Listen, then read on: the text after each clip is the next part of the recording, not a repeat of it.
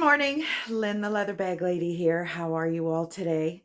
It's Tuesday morning today. Is it Tuesday? Yeah, it's Tuesday. I do this every morning, don't I? It is Tuesday this morning and it is freaking cold. Had to scrape the car again this morning. I'm telling you, leather bag lady weather report. This is just not good. We're 29th of March today and we're still dealing with snow on the ground. It's I guess these are winters that we haven't seen in years. So when we get them, we freak out. And after all, it is still March and it is still Canada. So, and we're in southern Canada, but still. Anyway, 29th of March, my mom and dad's 55th wedding anniversary today. So, happy anniversary. Here's your card. It does exist. I forgot to bring it yesterday. I don't know if mom watches these anymore, but it was real. I wasn't lying. I went and had lunch with mom and dad yesterday and I was like, shit, I forgot the card. And then I found my Auntie Anna's birthday card from November. I'm looking for some tax information. My girlfriend Pamela has been helping me with my taxes. And there's one last piece of information. And do you think I can find it? It's driving me insane. I don't know where I have put all my tax remittance paperwork. I just don't know where it is. So I'm not sure how we're going to move forward. I got a little bit of money to pay, it looks like, but certainly not the going to jail scenario I thought I was going to be in. Mind you, haven't sent it off yet, so maybe if you don't hear from me, yeah, making this little business more than a hobby business has been a very stressful situation. Got some well-meaning advice a few months ago, but scared the living daylights out of me. So thank goodness that advice was not accurate at all. So anyway, back to why I am here, to talk to you about today's fantastic vintage bag. If you are new to my channel, it looks like I have a couple of new subscribers. My name is Lynn Gledhill. My little hobby business is the Leather Bag Lady. And the reason for these videos is to support my listings on Etsy, which got a little frustrated with people asking me for information that was already in the listing. And I mean, I kind of get it. You know, you're flipping through. It's easier to ask the seller than to come out, go back into the listing. But it's just frustrating for us. Even a lot of my marketplace listings, I have some curtains listed, and a lady the other day asked for the measurements. They're right there in the listing. Anyway, that is how this video series started, and it's kind of grown to a bit of an online journal for me. Whether or not you are all interested, I don't know, but I enjoy sharing my days with you and so forth. So welcome if you are new, and I will get to the bag because it's already 3-4 minutes in. So zip your lip there, woman. So today's bag is a 60s offering, and it's really very cute. It is one of the bags that I had put away because it had a little bit of a musty smell. So right now, it smells like lavender soap. So that has been my kind of tried and tested solution to bags that have smells. Now, this is a bag that has just a little bit of a musty smell. Nothing like it was. I mean, I've had this bag, you know, wrapped up with lavender soap for probably 6 to 8 months, to be honest. And a lot more careful with what I do with the bags now. This, if you subscribe to me and you watch me regularly, you'll have heard this story, but I usually store my bags in brown paper lawn bags for a number of reasons, but mostly because they are moisture resistant. And that is, especially living here in Canada, the heat and the cool processes creates condensation, creates moisture, and it can create mold. Now, what had happened to me is instead of putting some bags in a paper bag, I put them in a plastic garbage bag. First mistake. Second mistake, I had 2 bags in with this group of bags. There was probably maybe 15 bags in there, a dozen, 15 bags. 2 of them were extremely low quality, very cheap, kind of dollar store bags. And I didn't realize that. So they went moldy instantly almost. None of these bags went moldy. There's never been any mold in these bags other than they have shared some airspace with bags that are. And unfortunately, some of that scent migrated over to these bags. And as I said, I've maybe got half a dozen bags that I was able to salvage that were worth salvaging. And I've been doing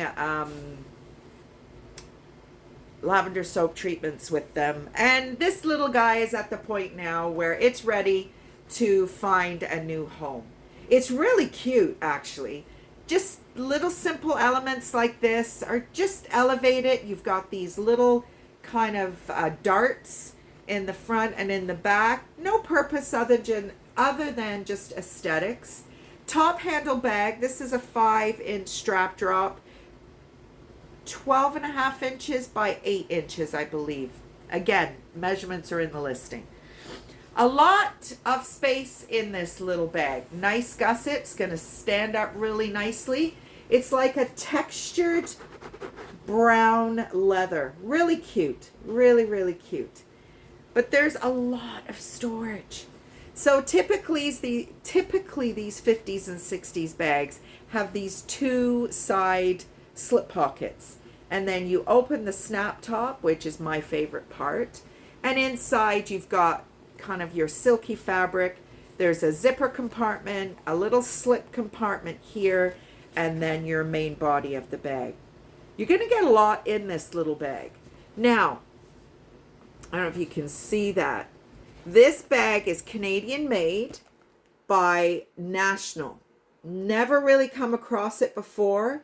As always, I try and do some research. Haven't really been able to find anything. But a super cute little early 60s, I would say, bag. Maybe even 50s, but I was, what have I been watching? Is it The Marvelous Mrs. Maisel? Or Marvelous Mrs. Maisel, which is set in the 60s. So again, I really, really enjoy watching these period TV shows. I'm a TV junkie, so some of my watching is very purposeful. Like last night I watched Bull Durham. I do a retro movie every night. I'm doing without TV for Lent. We're almost 4 weeks in, so it's been working out really well.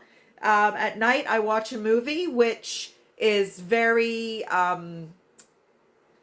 it kind of fills my evening, but it doesn't send me down that rabbit hole where I'm up till 1, 2 in the morning watching another episode, which seems to be my problem. So watching a movie has been a good compromise. And Bull Durham last night, I think it was 1988. So I'm always looking to see what bags they're using. So all my movies are 80s, 90s.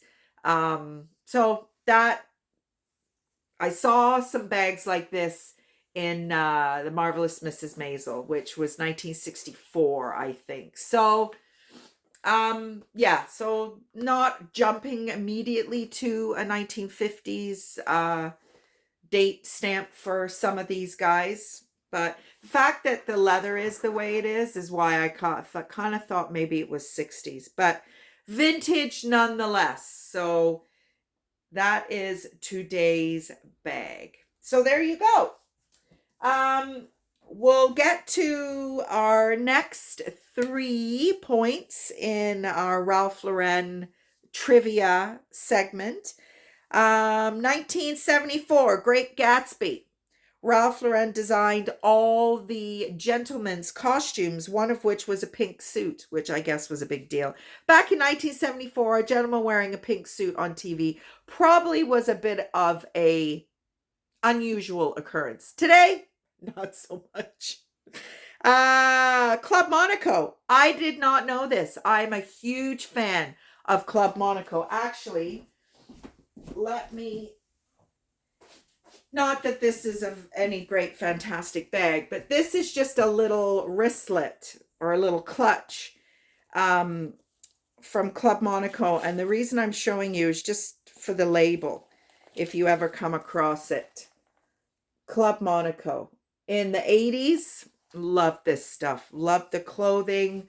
It was very much Jacob, Club Monaco, Benetton were all our major brands in the 80s and 90s. So in 1999, Ralph Lauren purchased the Canadian brand Club Monaco. I didn't realize it was Canadian either. I think I'd heard that before somewhere, but there you go. And last but not least, okay, so you know I love Roots. Would make a business out of Roots alone if I could.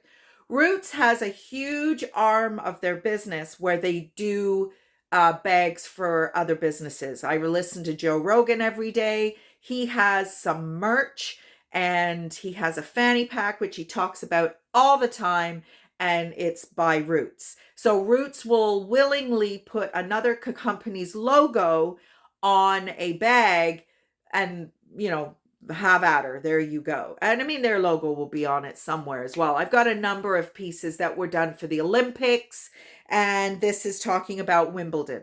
So Ralph Lauren kind of did a Roots thing with the staffers at Wimbledon. So he redesigned the Wimbledon logo, and now he dresses all the Wimbledon staffers. So there you go. And I'm sure these little sidebars are good bread and butter money earners. That's kind of what I'm missing at the moment as engine light came on my car today, which never a good bit of information when you're struggling to pay your bills this month. So anyway, whatever. We'll see. I got it booked in for Wednesday. I'm supposed to be going to the falls on Thursday with my daughter. It's her birthday, so I don't know if that's going to be happening. But anyway, so that's our 3 points from Ralph Lauren today. Hope you're all going to have a great, amazing day, and I will talk to you tomorrow. Bye, everybody.